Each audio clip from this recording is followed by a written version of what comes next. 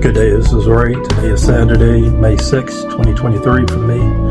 Another day of social distancing. Hope that you, your family, friends, and loved ones are doing well and staying safe. And this is a story that I've told before and will try to tell again in a way that makes sense. It's been 4 years since I was diagnosed with lupus, specifically SLE, which is systemic lupus erythematosus. If you want to know more about that, definitely go to lupus.org or rheumatology.org. It has a lot of great resources and information about it. But it's something for me that's changed my life. And I am going to refer to my notes only because I'm going to try to stick to the events as best as I can in chronological order. And so here we go. 4 years ago, I was living out west. I was a manager for the first time. And I was living in a very hot part of the United States. I mean, it was so hot in the summertime, especially, that I would go grocery shopping at about 4:30 in the morning to avoid the heat of the day, because, generally by 8 o'clock, 9 o'clock in the morning, it was close to 100 degrees. And as a matter of fact, it was so hot that before I moved out there, I was white. I'm just kidding, of course. It was hot, As a matter of fact, I remember when I moved out there in December of 2017, I had my car shipped out there. And it arrived, and I was driving around, and I said, something doesn't seem right. I can't see in anybody's car, everybody's windows were tinted except for mine. And I said, okay. As soon as I did a little bit of research and I found a place to go get my windows tinted, I did. And I got close to the darkest tint that I could get. And I remember the guy asked me, he was like, where was I from? And, asked me why I was getting my windows tinted. And I said, well, I noticed everybody else had their windows tinted. And I said, I'll get mine done. He asked me, he's like, when did you move out here? And I said, about 2 weeks ago. And, he said I was, prepared. And I said, yeah, this is just how I live. This is how I roll. Anyway,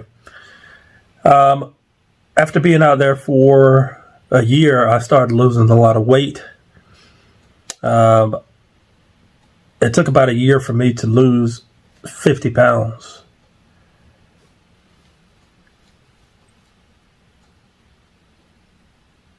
So what happened was there was about a week or so where I couldn't eat, couldn't hold down food, couldn't hold down liquids. I mean, water, anything. Couldn't hold it down. I was just, and TMI, too much information. I was vomiting excessively, and I had a bucket near my bed, and I would be constantly getting up to, vomit, go to the bathroom, vomit.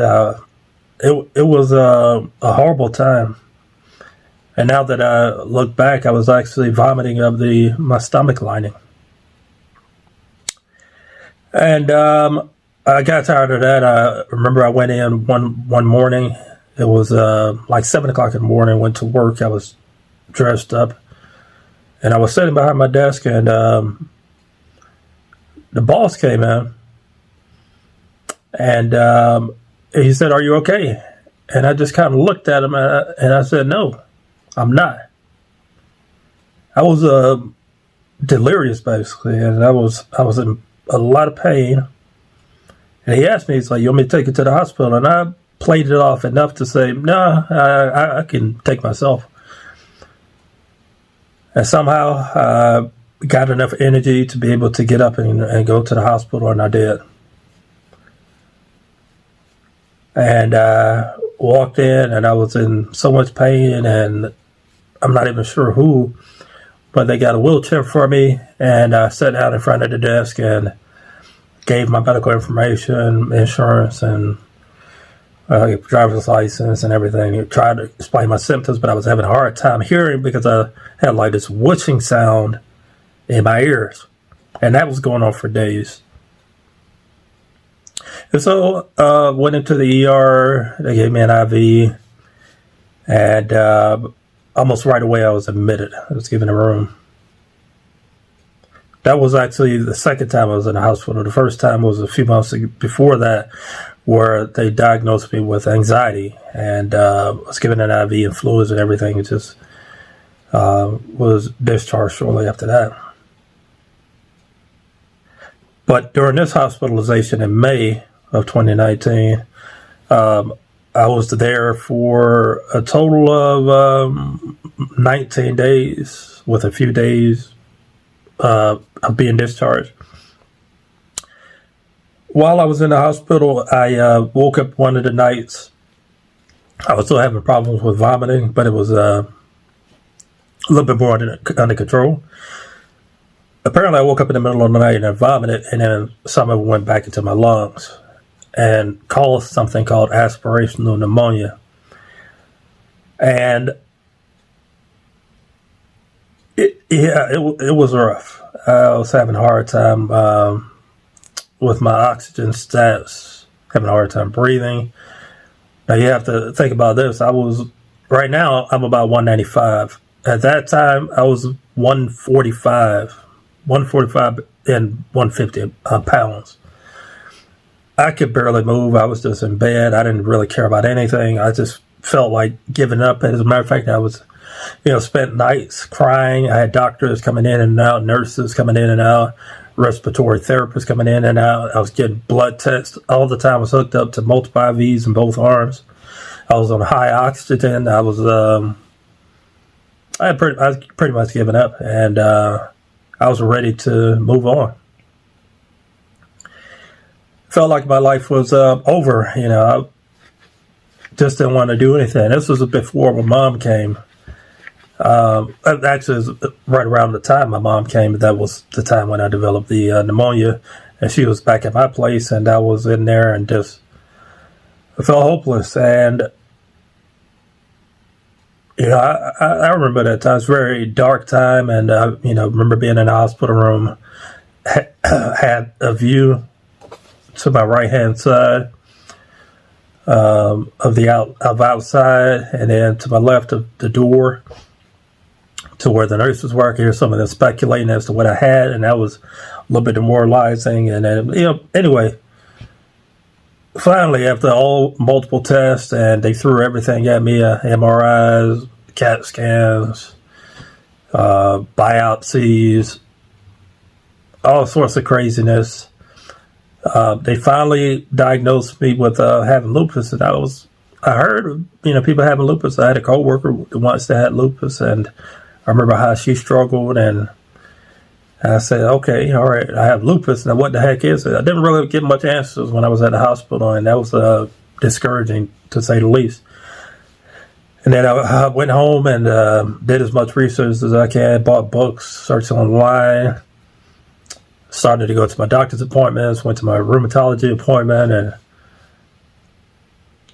took medications and all that stuff. And I made a decision then that summer when I was on medical leave to step down from my position and move back home and be with my parents. I really didn't know if I would be able to take care of myself ever again. That's how bad things were. So in a period of about 2 years, I was hospitalized 6 times for lupus-related reasons. One of the scariest hospitalizations, well, there were actually 2 hospitalizations that were pretty scary. When I had a pulmonary embolism and deep vein thrombosis, or PE and DVT, when I had just got back to work in a previous office that I was working in. Very painful. Felt like I got kicked in the chest by a horse. Couldn't lay down, and from that point on, I was put on blood thinners.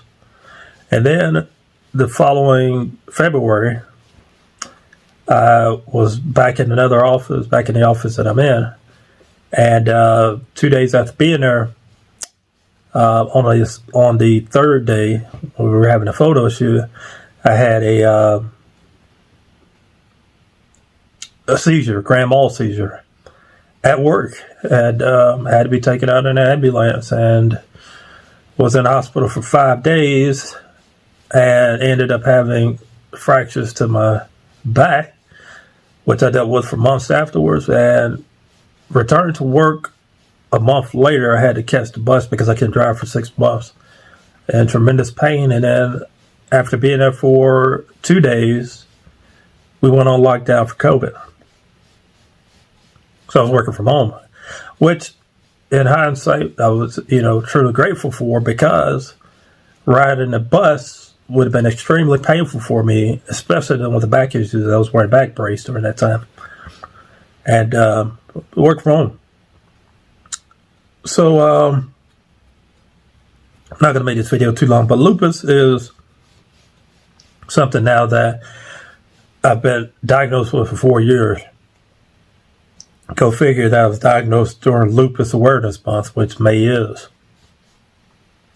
Seems like a lot of things for me in May happens, because in February 2021 was when I started to track my debt, but in May of 2021 was when I started to learn how to budget. And now it's been exactly 2 years since I started budgeting, 4 years since my lupus diagnosis. And I want to say it's changed me for the better. I think it probably has. It's definitely made me more serious. And I still joke around. I still make my coworkers laugh. I still make my parents laugh. And I'm very serious when I do these videos, and it's kind of hard to be humorous, especially when I'm dealing with these tough topics. And I'm grateful that you even spend a little bit of time watching my videos. And this is just very therapeutic for me. Learning how to cook, try to do everything I can to be a responsible homeowner, and I still have a lot of consumer debt left to pay off, $64,000, but coming from $97,000, it doesn't seem as difficult. I'm not a six-figure earner. There's a lot that I'm learning about myself, and if you're dealing with something difficult in your life, don't let it stop you. But feel the way you need to feel, whether you're mad, whether you're sad, deal with it. Definitely, definitely take the time to grieve. That's the one thing I look back at, is that, especially initially when I had the diagnosis, I thought about the way I previously lived, and the fact that I would be able to run miles when I was in college. One of the things I really enjoyed was I lived in a very wooded area, the school I went to, and it was surrounded by parks, interconnected parks, and I would go for a run either by myself or with a buddy. And I remember those cold mornings and just going for a 5-mile run before classes started, and then going to the practice room and practicing trumpet or piano or whatever. And that's not a life I could do anymore. As a matter of fact, this morning I'm dealing with joint pain in my hips and my wrist, and I would love to be able to go for a run, but it's just not going to happen. And being able to just go to the movies, and a lot of times I would go to the movies by myself, or or go to the library, or go to the museum, go to the park, which I can still do, go to the park. But, going to places where there are a lot of people, I don't really take that chance just yet. Wherever I go now, I'm double masked because I'm immunocompromised, and that sucks. But, I did take the time to grieve my previous way of living. I don't necessarily grieve it. As a matter of fact, there is some benefit to me living the way that I'm living, a very minimalistic life, because I'm able to pay down this debt a little more quickly than I ever anticipated. I didn't think I would be able to pay off almost six-figure debt by the time I identified it, and earn less than six figures. It's I have to live this lifestyle. I have exactly 13 bills that I pay each month because I cut out a lot of things. I don't eat out. I don't go out for coffee. I don't do all those things that I used to do. But anyway, I'm just want to say, if you're dealing with a life-changing situation and you're not exactly sure what to do, it may take some time for you to figure that out. Don't rush things. It's been 4 years since my life has changed, and I'm trying to rebuild that. And I don't have it all figured out. I don't. But, I'm just grateful for another day, another opportunity. So this video is very long. I do apologize for that. If you made it this far, feel free to like, comment, subscribe. Hit the bell for notifications. I post my videos. You can find me at youtube.com/Chronicles of Ray. And until next time, you all take care. Have a happy May.